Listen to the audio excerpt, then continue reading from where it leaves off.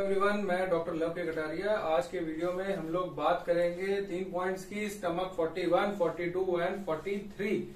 तो चलिए सबसे पहले इन सबकी स्टमक 41 की बात करेंगे। तो स्टमक 41 का जो नाम है वो है JG।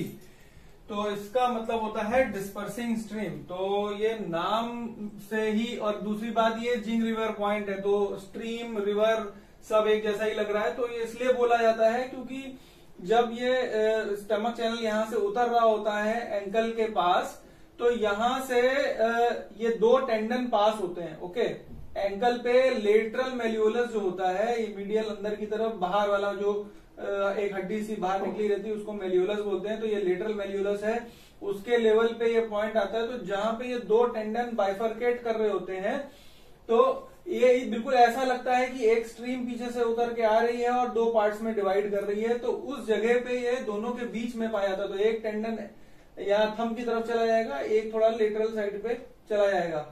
तो इनके बीच में ये पॉइंट को लोकेट करना है और ये स्टमक 41 पॉइंट हो जाता है।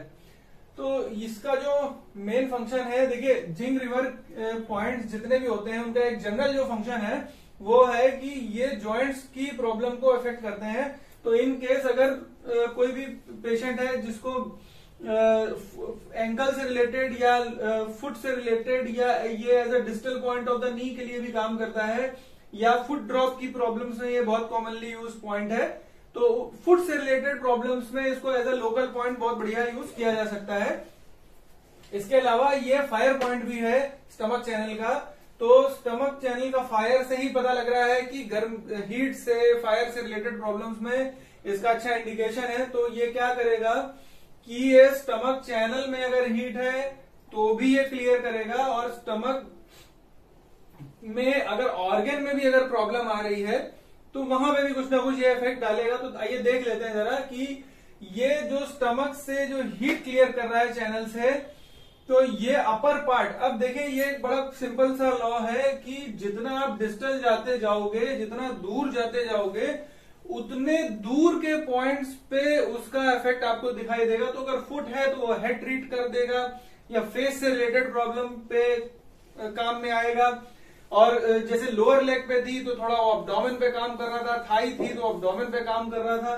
तो उस तरीके से थोड़ा सा आपको समझना पड़ेगा। तो इसके ज्यादातर इतने हिस्से पे जितने भी पॉइंट्स हैं उसका फेस या हेड से रिलेटेड इश्यूज में इसको दिया जाएगा। तो इस तरह दे सकते हैं कि pain, swelling, inflammation of the head, frontal headache है, क्योंकि स्टमक का जो मेरिडियन है वो frontal part of the head cover करता है।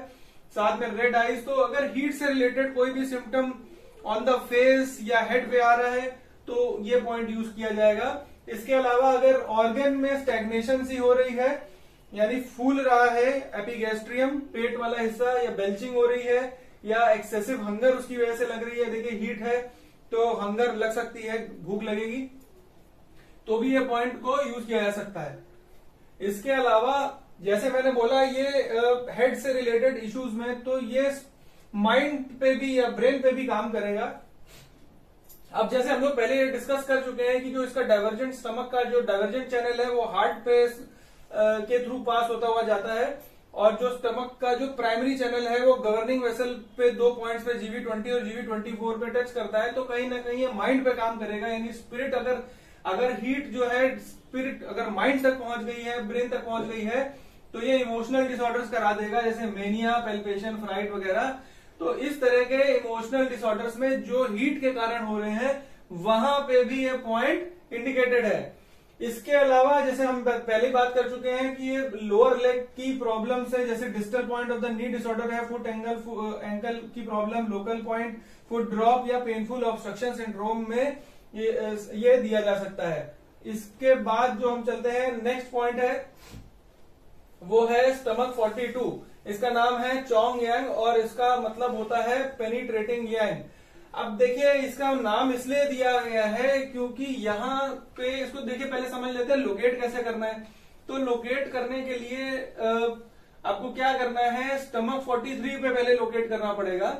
तो स्टमक 43 को लोकेट करने के लिए क्या है कि स्टमक 44 से जो आपकी पैरों की जो उंगलियों में इस तरीके का एक फोल्ड आता है दो फिंगर्स के बीच में, तो यहाँ पे स्टमक 44 है, तो इससे एक चुन अबव जो है स्टमक 43 है, तो स्टमक 43 पे पहुंच गए। अब स्टमक 43 और स्टमक 41 के मिड में ऑलमोस्ट ये स्टमक 42 पॉइंट फॉल करता है। लगभग यहां से डोर्सैलिस पीडिस आर्टरी करके एक आर्टरी पास होती है, उसका पल्सेशन भी फील हो सकता है, और उस पल्सेशन के आसपास ये एक डिप्रेशन सा है, और वही स्टमक 42 पॉइंट है। तो ये पॉइंट का नाम पेनिट्रेटिंग यांग इसीलिए है क्योंकि यहाँ पे डोर्सैलिस पीडिस आर्टरी की पल्सेशन फील होती है, इसी वजह से इसका नाम इसकी एनाटॉमिकल लोकेशन के कारण दिया गया है।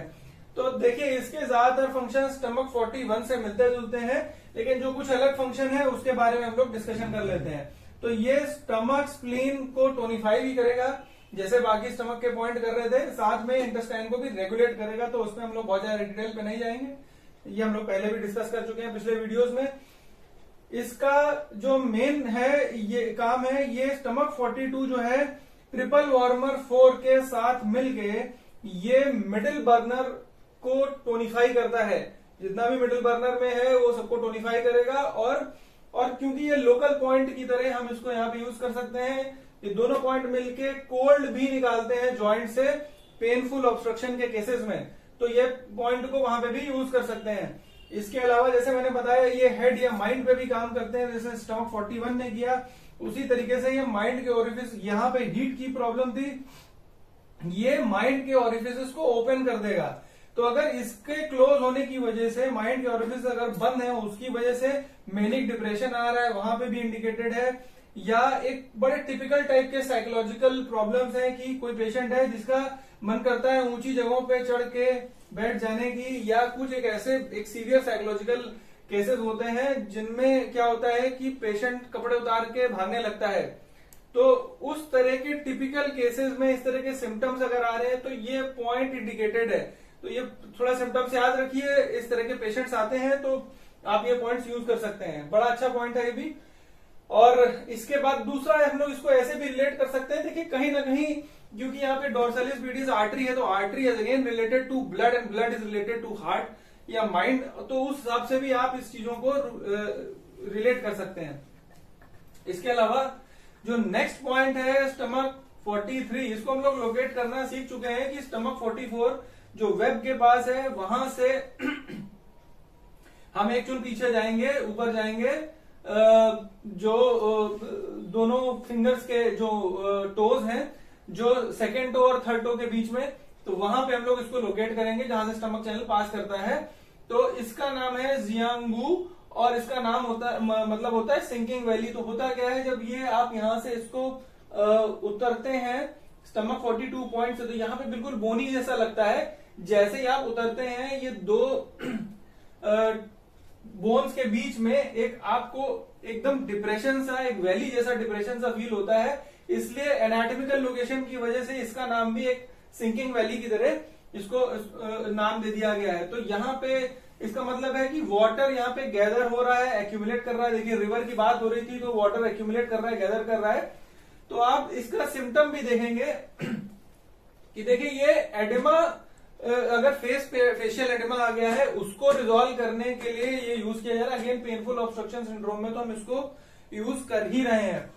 और जो एक और इम्पोर्टेंट बात है कि ये शू स्ट्रीम पॉइंट है और वुड पॉइंट है। तो चूंकि ये वुड पॉइंट है, तो अगर कहीं पे अर्थ और वुड की इम्बैलेंस की वजह से अगर डिसऑर्डर कुछ सिम्टम्स आ रहे हैं, या कोई भी इम्बैलेंस पेट की प्रॉब्लम्स में अगर हो रहा है, तो वहां पे भी ये पॉइंट इंडिकेटेड है, अच्छा काम करेगा। लिवर और स्प्लीन की डिसहार्मनी की वजह से अगर कुछ इश्यूज आ रहे हैं, तो जैसे आईबीएस के केसेस में बहुत फ्रीक्वेंटली होता है, तो ये पॉइंट यूज किया जा सकता है।